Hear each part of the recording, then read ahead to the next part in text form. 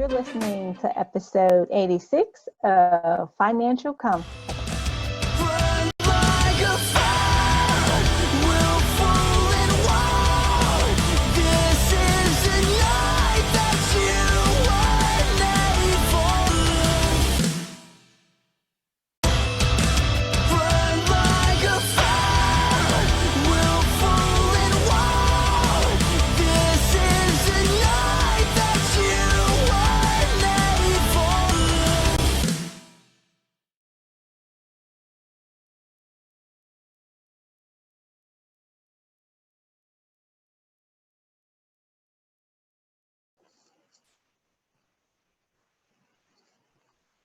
You're listening to episode 86 of Financial Confidence.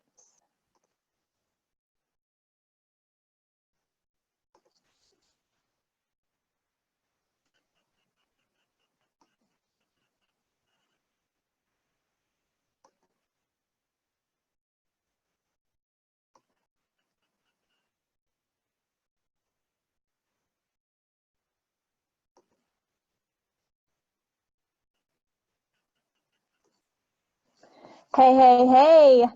Welcome to Financial Confidence. I'm your host, Lynn Demmons on WYTV7 Christian Broadcasters Network.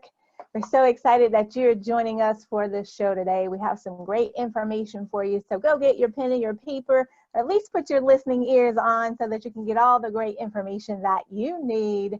Our show today is the biggest mistakes people make with money. Our guiding principle for this show is Matthew 6:33. But seek ye first the kingdom of God and his righteousness, and all these things shall be added unto you. Yes, we implore also, guys, that you pray over your finances so that you can do what you're called to do. That's to build generational wealth and leave an inheritance for your children's children. If you will, take a moment and bow with me. Commit this prayer to memory. Lord, help us to value things in this world that are really valuable. That's our relationship with you, our lives, and our families. Help make us responsible stewards of your financial resources, and let us trust your holy word. Your eternal glory in thy son Jesus, in his name we pray. Amen. All right, guys, I told you this would be a great one today. The biggest mistakes people make with money. And I'm going to start this conversation out today by asking you a simple question.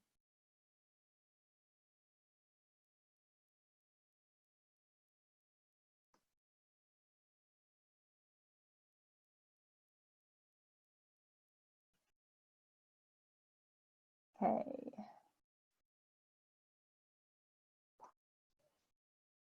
So I'm going to start the show off with a question for you today. I'm going to offer you two things, and ultimately you have a decision to make, or you have a choice to make. So what if I offered you $1 million today, this month? Would you take that, or would you prefer to have a penny a day and double it for 31 days? Which one would you take? And the reason that I'm putting this question on the table, you may have seen this before or you've heard it before, but I'm putting this question on the table because ultimately your life, the life that you currently have, is a result of the choices that you've made, right? Your waistline, the size of your waistline today is an accumulation of all those food choices that you've made over the years, whether you chose to eat healthy or not. It doesn't matter. Those choices are evident in your waistline. Or the intimacy in a relationship. What type of relationships do you have with your friends, with your family, with other loved ones? Those are ultimately based upon the choices that you have made on a day-to-day. Those small choices have added up over time. And what about your bank account? The choices, the results that show up in your life essentially are because of the choices that you receive. And what I wanted to share with you today to make sure that I clarify is that there is no simple, easy, secret way to get it done. At the end of the day, it's going to take hard work. It's going to take consistency. It's going to take you doing your due diligence in order to ensure that you are successful in every area, whatever the area is that you happen to be working on. Because this is Financial Confidence, and I am America's #1 financial rebound coach, we'll be talking about those money matters today. So those big financial mistakes that people make with their money. If we look at it over time, those small moment to moment choices, whether we're talking about your health or your bank account, they have compounding effects over time that at the end of the day, you have to understand and recognize that based upon those choices you made, these are the results that you now have.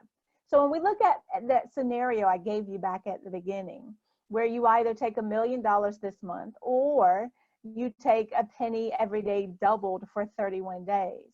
See, when you look at it, if in 5 days, if you took the penny, you would have 16 cents. In 20 days, you would have $5,242. But at the end of 30 days, you would have over $5,368,709. And then guess what happens at day number 31? You now double that to over $10 million. So now in comparison, hindsight is 2020, right? In comparison, some people would have jumped on it immediately and say, yes, I would love that $1 million today so I can go ahead and get started investing. However, if you are slow and steady and methodical in your processes, taking every step you take, you're moving, right? You're essentially moving towards success or you're moving towards failure, depending upon the choices that you make. So I'm sharing all of that essentially to say, guys, that is inevitable that you need to, or you must, or it's imperative that you educate yourself around these things. And not only just educating yourself by reading and watching videos and getting financial coaches and listening to this podcast on a weekly basis every Thursday at 6 p.m., but it's also about you doing the work. See, it's not enough just to know things today. It's not enough just to have an understanding of things today. There are some things that you have to sincerely do, take action on, make a decision to do this thing consistently, because at the end of the day, guys, there are no secrets. There are no quick ways to get it done, because if there were, right, ultimately you would have figured it out by now. You would have taken that thing, you grabbed it by the horns, and you would have gotten it done by now. But the truth of the matter is, there are things that we must do, things that we need to do to ensure that we are on the right financial path. So here at Financial Confidence, we want to share with you 5 easy ways to take control of your personal finances, because we know that there are big money mistakes that people make.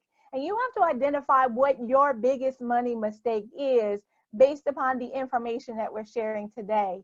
But in order to overcome those, 9 times out of 10, I'll say the vast majority of people, if they would implement these 5 ways or these 5 strategies, that you would ultimately take control of your finances and do what most people won't do, right?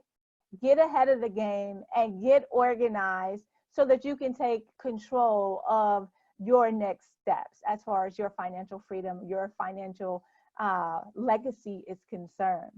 So of these 5 easy ways, these are the things that I want you to make sure that you write down once you recognize and understand all of those decisions and things that you have to make. The first one is, we have to, guys, you must schedule a yearly goal, monthly goal, weekly goal, daily goals for you and your money. I call them yigs, migs, wigs, and digs, because one of the things ultimately at the end of the day is about making your money, keeping your money, and growing your money. So how do you now grow your money? You grow your money through the investing of your money.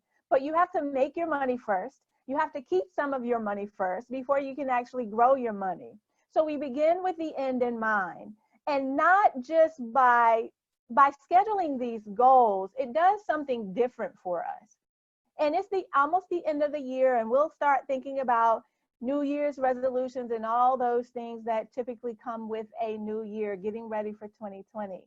But what I want to say to you today is not just to think of resolutions, but set actual goals for yourself that you are going to check in. What's your daily goal? Maybe the daily goal is going to be something simple as, okay, I am not going to buy, that Starbucks coffee today, right?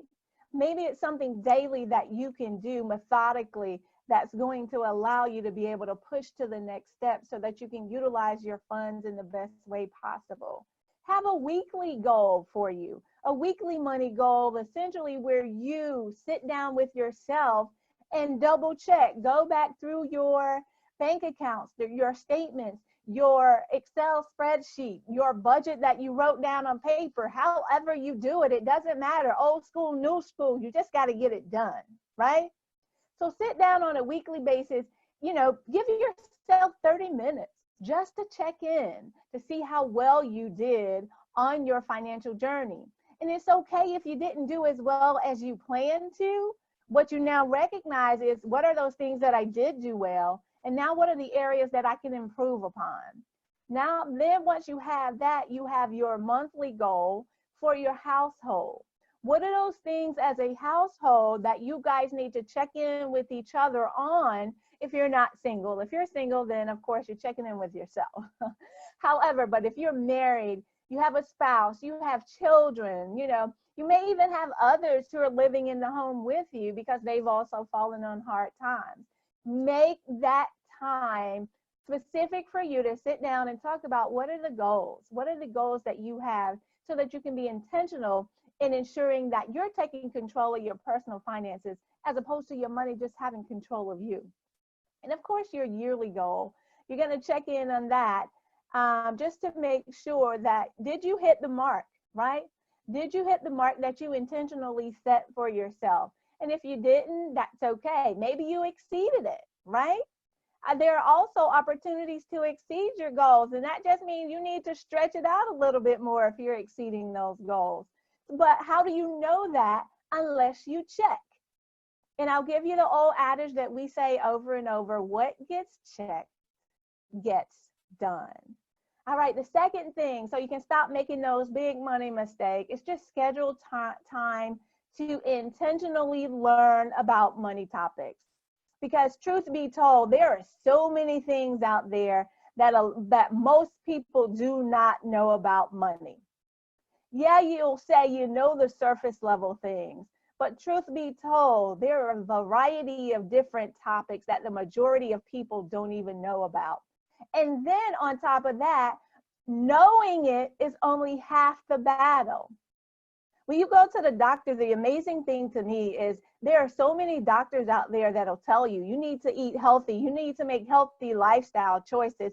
40% of doctors, though, are obese themselves. And they're sharing this type of information with us. So what does that say? Again, it's not enough just to know.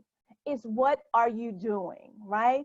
So not only are you taking time to learn about these money topics, but now you're also scheduling time throughout your day, your week, your month, your year, however you set this up for you. Now make it realistic for you.